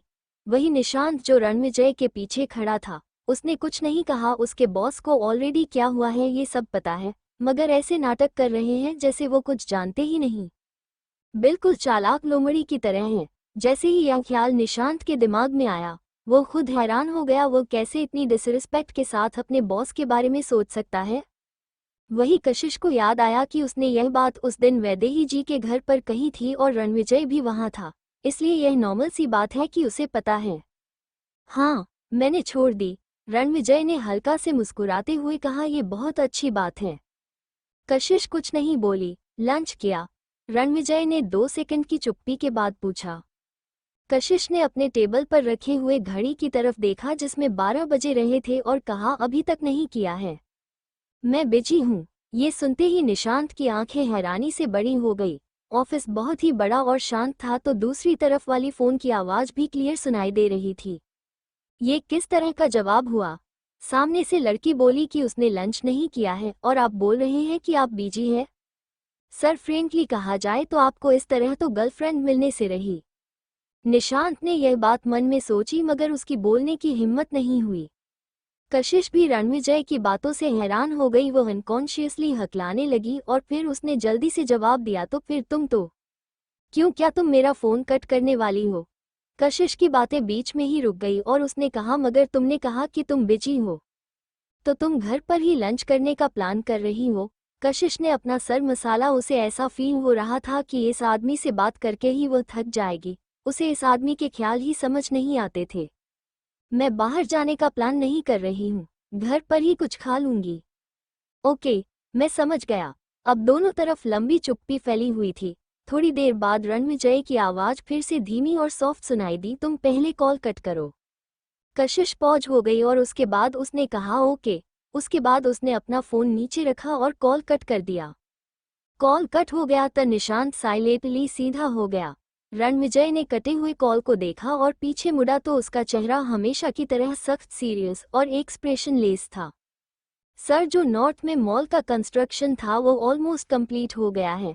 कई सारे इंटरनेशनल ब्रांड ने वहां शॉप्स के लिए अप्लाई किया है। हमारे लीजिंग डिपार्टमेंट के पर्सन इंचार्ज ने ऑलरेडी कुछ ब्रांड इन्फॉर्मेशन आपको सबमिट कर दी है। और रणविजय ने अपनी नज़रें ऊपर उठाकर निशांत को देखा। उसकी डिप और कोल्ड नज़रों की वजह से निशांत को एक अजीब सा कंफ्यूजन महसूस हुआ और उसकी बात बीच में ही रुक गई।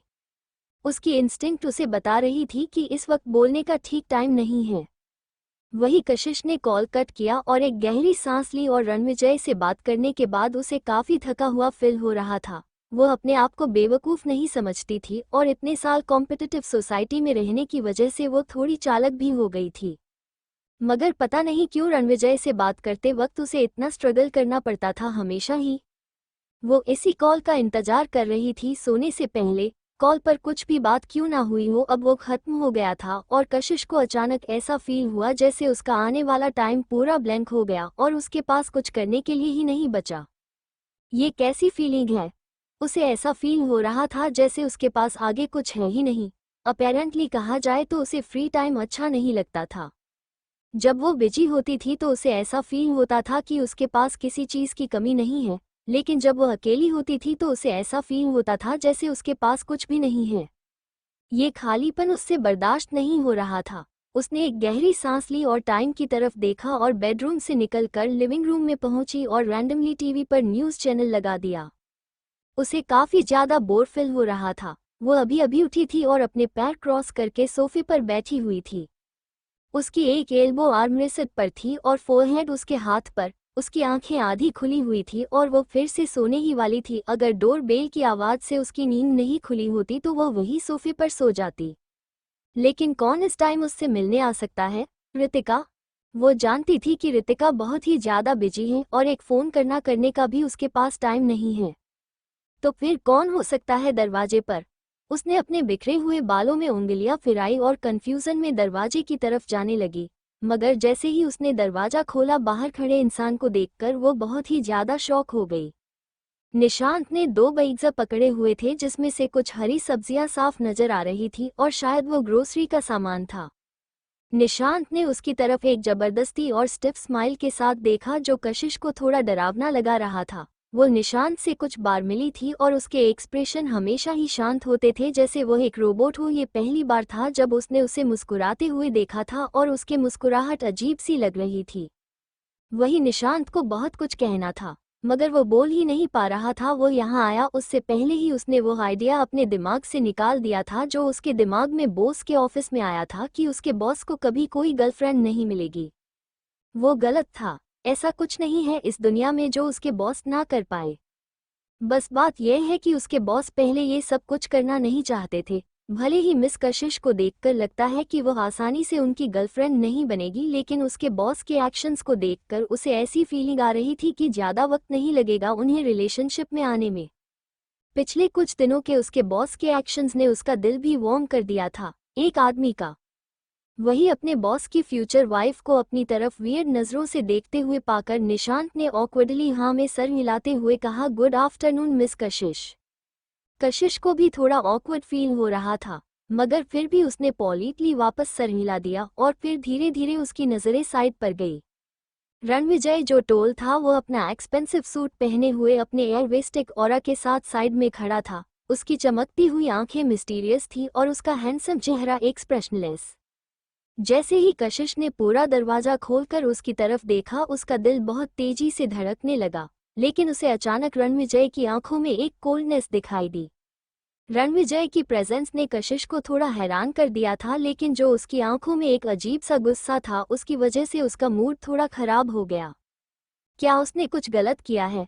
अचानक से वो उसकी तरफ इस तरह क्यों देख रहा है? अचानक से एक अजीब सी फीलिंग उसके अंदर उमड़ने लगी। क्या वो अब उसे पसंद नहीं करता? तुम यहाँ क्या कर रहे हो? उसने अपनी फीलिंग्स को कंट्रोल करते हुए पूछा। रणविजय वहां खड़ा था, उसके हाथ उसके सूट के पेंट्स की पॉकेट में थे और उसकी कोल्ड नजरें कशिश के हाल के स्लीपी चेहरे पर पड़ी। कशिश को बस वहां खड़ा होने से भी ऑकवर्ड फील हो रहा था। अब जब वो यहाँ आ ही गया है तो उसे अंदर इनवाइट करना पोलाइटनेस होगी, इसलिए उसने दरवाजा पूरी तरह से खोल दिया। रणविजय की आंखें और भी ज्यादा डिप हो गई और उसकी आंखों की कोल्डनेस और भी ज्यादा बढ़ गई। कशिश कंफ्यूज हो गई और उसे समझ नहीं आ रहा था कि वो क्या करे। वो इसी तरह रैंडमली क्या उसे घुने के लिए यहाँ आया है? रणविजय ने जवाब नहीं दिया तो कशिश की नज़र निशांत के ऊपर चली गई। सब कुछ 1 सेकंड के अंदर हुआ था। निशांत को भी कुछ गड़बड़ होने का एहसास हो रहा था और कशिश कुछ बोलने वाली है ये देखते ही वो तुरंत अंदर आया, अपने हाथ में 2 बड़े बड़े बैग्स लिए हुए, और बोला, मिस कशिश में। निशांत की बात बीच में ही रुक गई जब उसने देखा कि थोड़ी देर पहले मोशनलेस खड़े उसके बॉस अचानक से आगे की तरफ हो गए और उनकी नज़रें सामने खड़ी लड़की पर टिकी हुई थी। कशिश भी हैरान होते हुए अपने आप पीछे हट गई, मगर रणविजय ने जल्दी से सिर्फ 2 कदम के अंदर ही दरवाजे के अंदर कदम रखा, उसका हाथ पकड़ा और उसके बड़े हाथ में कशिश की कलाई को टाइटली पकड़ा और उसे अपने गले लगा लिया, जिससे छूटने के लिए कशिश स्ट्रगल करने लगी। लेकिन तभी उसने निशांत की आवाज़ सुनी, सर। लेकिन वो आगे कुछ बोल पाता उससे पहले ही रणविजय ने उसे दरवाजे के बाहर धक्का दिया और तेजी से उसके मुंह पर दरवाजा बंद कर दिया, जिसे देखकर कशिश की पूरी बॉडी कांप गई और उसके स्ट्रगल तुरंत रुक गए। वहीं दरवाजे के बाहर खड़े निशांत ने अपनी नाक छुई और दर्द की वजह से वो रोना चाहता था। अभी अभी क्या हुआ? वही दोनों अकेले घर के अंदर थे और पूरे लिविंग रूम में चुप्पी फैली हुई थी। रणविजय ने अपना सर झुकाकर ओबीडियंटली उसकी बाहों में खड़ी लड़की को देखा, जिसका चेहरा उसके चेस्ट में लगा हुआ था और उसके एक्सप्रेशन छुपे हुए थे। वो बस उसके फ्लफी और नेचुरल खुशबू वाले बालों को देख और महसूस कर सकता था। वो क्यूट सा बिहेवियर बिल्कुल एक डरी हुई बिल्ली की तरह था, जो हिलने की हिम्मत भी नहीं कर सकती थी। रणविजय की ठंड नजरें सॉफ्ट हो गई और एक वार्मनेस उसकी आंखों में दिखाई देने लगी। इस लड़की को गले लगाने में कितना अच्छा लगता है, मगर यह बहुत ही ज्यादा पतली है, उसे इसे थोड़ा खिलाने की जरूरत है ताकि और क्यूट लगे। वही कशिश जो शांति से खड़ी हुई थी, जब उसे थोड़ा सेफ फील हुआ तो किसी तरह उसने अपने आप को रणविजय की बाहों से अलग किया। भले ही रणविजय ऐसा चाहता तो नहीं था, मगर फिर भी उसने ना चाहते हुए भी उसे छोड़ दिया। कशिश कुछ कदम पीछे हट गई और उसने उन दोनों के बीच में थोड़ी सी दूरी बना ली। यूजुअली कंपोज रहने वाली यह लड़की थोड़ा हड़बड़ा हुई थी और उसने ऑकवर्डली अपने बालों की एक लट को कान पीछे किया। क्या कर रहे हो तुम? कशिश ने फाइनली अपने आप को शांत करने के बाद उससे पूछा। रणविजय ने अपना सर नीचे झुकाकर उसकी तरफ देखा और अपनी डिप आवाज में बोला, लंच करने आया हूं तुम्हारे साथ। कशिश पॉज हो गई और उसे उनकी फोन वाली बात याद आई तो उसने पूछा, क्या तुमने नहीं कहा था कि तुम बिजी हो? हाँ, मैं बहुत बिजी हूँ, मगर मैं फिर भी आ गया। उसकी टोन हमेशा की तरह लो और इंडिफरेंट थी। रणविजय उसकी तरफ देख रहा था और उसकी नज़रें इंटेंस थी। उसके ढीले स्लिप ड्रेस के वजह से कशिश की अट्रैक्टिव कॉलर बोन दिखाई दे रही थी और उसकी डेलिकेट साइड प्रोफाइल से उसकी खूबसूरत कर्व्स उसकी आंखों में एक अजीब सा इमोशन उमड़ने लगे। इस लड़की को कोई आइडिया नहीं था कि वो इस वक्त कितनी अट्रैक्टिव लग रही थी और निशांत ने उसे इस तरह देखा। इस बारे में सोचकर ही रणविजय का दिल फ्रस्ट्रेशन से भर गया। Thank you for listening. मुझे उम्मीद है आपको ये स्टोरी पसंद आई होगी। अगर आपको पसंद आई है तो प्लीज़ लाइक और कमेंट करना ना भूलें और मोर स्टोरीज के लिए सब्सक्राइब करें। मिलते हैं नेक्स्ट वीडियो में।